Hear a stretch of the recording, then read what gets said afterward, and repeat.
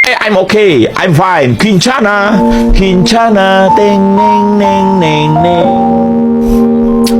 Ku menahan rasa sakit, rasa sakit. Few moments later.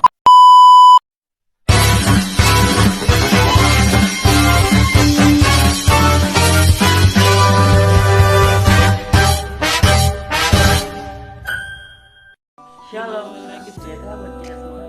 Baik, pada kesempatan kali ini saya akan mempresentasikan hasil kerja saya. Tapi sebelum itu saya akan memperkenalkan nama terlebih dahulu. Perkenalkan, nama saya Brenda Sugowo. Saya dari kelas 10 ini. Baik, di sini saya akan menjelaskan 3 materi. Yang pertama, apa perbedaan pemanasan global dan perubahan iklim. Yang kedua, jenis-jenis perubahan iklim dan bagaimana perbedaan di luar sana, dan yang ketiga dampak dari perubahan iklim. Baik, saya akan menjelaskan apa perbedaan pemanasan global dan perubahan iklim. Jadi, pemanasan global adalah proses meningkatnya suhu rata-rata bumi, atmosfer, dan lautan. Pemanasan global adalah salah satu masalah yang lebih besar daripada perubahan iklim. Sedangkan perubahan iklim adalah suatu perubahan di mana secara signifikasi yang terjadi pada periode waktu tertentu.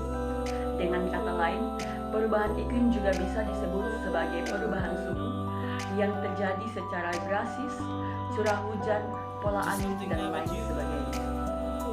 Adapun contoh dari perubahan iklim itu seperti mencairnya gletser, curah hujan yang lebih lebat, dan kekeringan yang lebih sering. Dan hubungan antara pemanasan global dan perubahan iklim itu jadi perubahan iklim disebut sebagai fenomena pemanasan global karena terjadi peningkatan gas rumah kaca pada lapisan atmosfer dan berlangsung pada jangka waktu tertentu. Dan yang berikut saya akan menjelaskan jenis-jenis iklim di Indonesia dan bagaimana perbedaan di luar sana. Jadi, ada 3 jenis iklim di Indonesia. Yang pertama, iklim musim atau iklim muson. Yang kedua, iklim tropis atau iklim panas. Dan yang terakhir, iklim lautan. Jadi, iklim musim atau biasa disebut sebagai iklim muson adalah satu jenis iklim yang dimiliki oleh Indonesia. Iklim musim terjadi karena pengaruh angin muson yang dimana angin tersebut mengarah ke Indonesia yang silih berganti selama 6 bulan sekali. Jadi, angin muson dibagi atas 2 bagian, yaitu angin muson timur laut dan angin muson barat daya. Oleh karena kedua angin tersebut, inilah Indonesia memiliki musim yang berbeda pula, yaitu musim kemarau dan musim hujan. Yang kedua ada iklim tropis. Iklim tropis atau biasa kita kenal sebagai iklim panas. Iklim ini sangat berbeda dengan iklim musim atau muson karena akibat letak astronomis Indonesia. Seperti yang kita ketahui bersama juga, Indonesia berada pada daerah tropis sehingga memiliki iklim tropis atau panas. Ada 3 keuntungan yang kita dapatkan dari iklim tropis.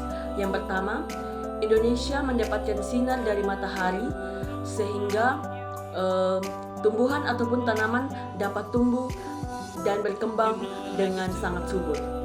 Setelah itu, dengan adanya terik matahari, banyak wisatawan mancanegara yang datang ke Indonesia hanya sekedar untuk berjemur.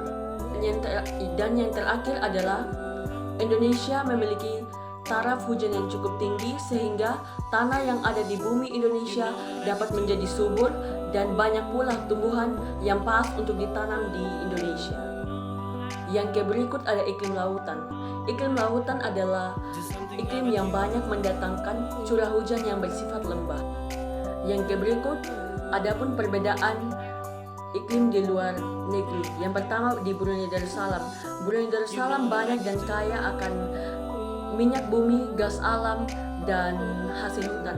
Negara ini memiliki iklim tropis dan musim hujan dan kemarau. Suhu rata-rata negara tersebut bisa mencapai 26 derajat Celcius dan bahkan 36 derajat Celcius pada musim kemarau.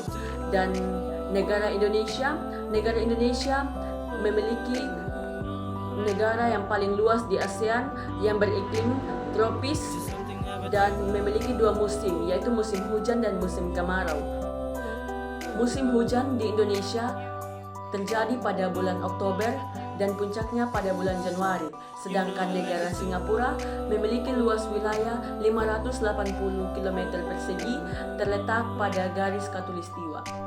Singapura memiliki iklim tropis tanpa ada perbedaan musim yang mencolok. Suhu di negara ini berkisar antara 22 sampai 34 derajat Celcius, di mana suhu terpanas terjadi pada bulan Mei sampai Juni. Dan yang terakhir, materi terakhir ini dampak perubahan iklim. Ternyata perubahan iklim juga dapat mengancam kehidupan manusia seperti dampak kekeringan, banjir, tanah longsor, serta kerusakan infrastruktur yang berpotensi menyebabkan kerugian ekonomi. Sebab terjadinya perubahan iklim, yang pertama efek gas rumah kaca, yang kedua ada pemanasan global, dan yang terakhir kerusakan lapisan ozon. Demikian dari hasil presentasi saya. Jika ada kesalahan kata dalam menyampaikan materi, saya mohon maaf. Sekian dan terima kasih. Shalom.